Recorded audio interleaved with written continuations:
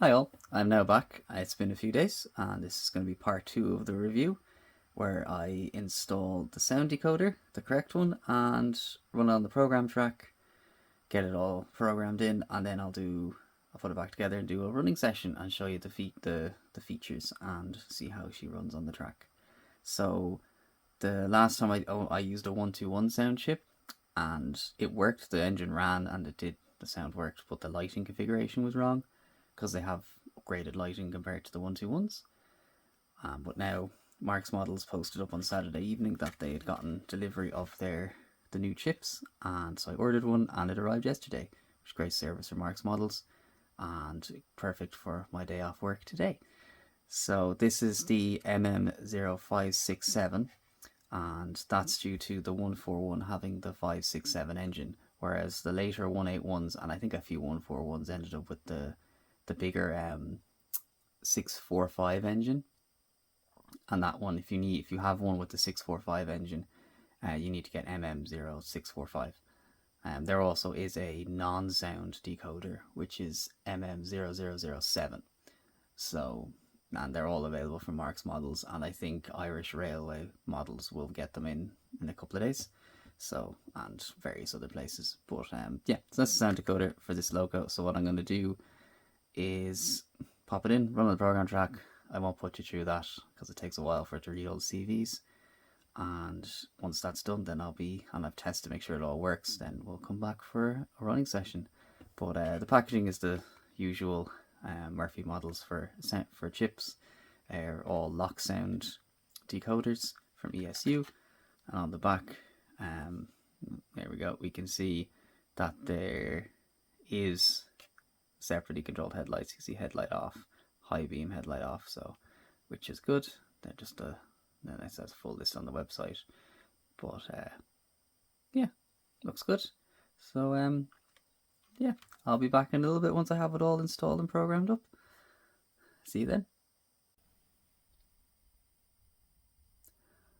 Hi all, I've programmed it in, ran it on the track, and it's all working lovely. And what I just wanted to do before I pop the locomotive back together is I wanted to show you, for if you have the sound, you can see the little grill here. There is a little removable cover on the inside. So it's just two little screws, and you can remove that if you want to increase like the noise level coming out the top. If you don't, that's fine. But you see the side grills are nice and see-through, and the top one is too, but as you can see the cover is in there, so I'm going to remove that. I removed it on my old Bachmann one as well. And then another thing that kind of shows you that the tooling is pretty much identical is this is the bottom bit. This is the bottom like detail bit that came off. Just glue two little clips, but it still says Bachmann branch line on it. Whereas the 121s, the Murphy Models. So kind of shows that the tooling is pretty much the same, even though they're Murphy Model branded. But yeah, that's it. All I'm going to do now is throw the locomotive back together, and then I'll be back for a little running session, and then I'll do a little summary of my thoughts. So thanks so far for watching. So while doing a quick test run, I have the locomotive back together, as you can see, and all was good. Now I like to add the air dam, so we can see from the detail kit I've added the air dam and then one of the little couplers. I will go back and do the vac pipes another day, but I come across a problem. When you add it, I put on the track and it kept derailing around corners and like on radius 3, which it shouldn't be doing. I didn't do it before I put the air dam on, so I figured out that when you have the air dam on, you can see the bogie, if it's like fairly straight like it will be on the track, it actually sits in between the two mounting stalks for the air dam and gets stuck. So that's no good. And I thought to myself, but my old Bachmann one has the air dam fitted as well. It doesn't have an issue. But I bought it second hand, and the previous owner had already fitted the detailing kit, and you can see I glued it on, which he didn't really need to do, and unfortunately didn't do a very pretty job, but oh well. I thought, it doesn't do it, so I had a closer look, and actually they, as you can see, they have cut, like kind of sanded away the NEM pocket just enough so that it doesn't really get stuck. So unfortunately, I'm gonna have to do the same with the new one. So that's just a little unfortunate error for Murphy models. The clearance just isn't quite enough. The little thing that the NEM pocket sticks into is just a little bit too long. So that's unfortunate, but yeah, because otherwise, because I can't really get rid of the mounting things because then they won't stay on. So I think the only way to do it really is, yeah, shorten that. As you can hear, it's touching off that, so that's the clearance not great. I just thought I'd give you a little update on that. Yeah. Right. So I think I'm going to go and sort that out. So in this section, I'm just going to run you through the lighting features of the new 141. So we have function 0, which is our normal lights. So it's currently the back of the train. So I'll flip it to the front, show you the front. So here's the front. Front lights. So they default all on, the headlight defaults on. So what you can do is, I think it's really cool, is with function 8 you actually can adjust the headlight brightness. So see, it got a bit dimmer. Now it's fluctuating in my camera, but I don't think it's not doing it in real life. But yeah, you can kind of see there's a bit of a difference between high beam and low beam, which I think is pretty cool. And then with function 9 you can just turn it off completely, which is great. Which you couldn't do in the previous ones, so that's great. And then you also have, with function 6, you have the shunt mode. So as you can see, the red light came on. Headlight stays on, but again, you can turn that off if you want. So there we go, and shunt mode on the back of the train is also matching that with the one white, one red light. So that's cool. You can also turn off each end of the train lights. Now this is not a directional one, it's the front and the back. So this is actually the back of the train. So you have to use function 5 and the lights go off. Now the other end of the train lights are on, and function 4 controls the other train. But if I like flip the direction of the train, it doesn't change. That cab end of the lights are just off. They're called front and rear, so this is technically the rear of the train. So, but I think that's really cool. So if you're driving, if you're, going along, and you can turn your red lights off, make it more realistic when you have your carriages behind you. So I think that's pretty cool. That's it for the lighting features. I think they're much improved, and I think they look great. And right, I think we'll move on to a running session now. There we go. As we can see, we're ready for a running session.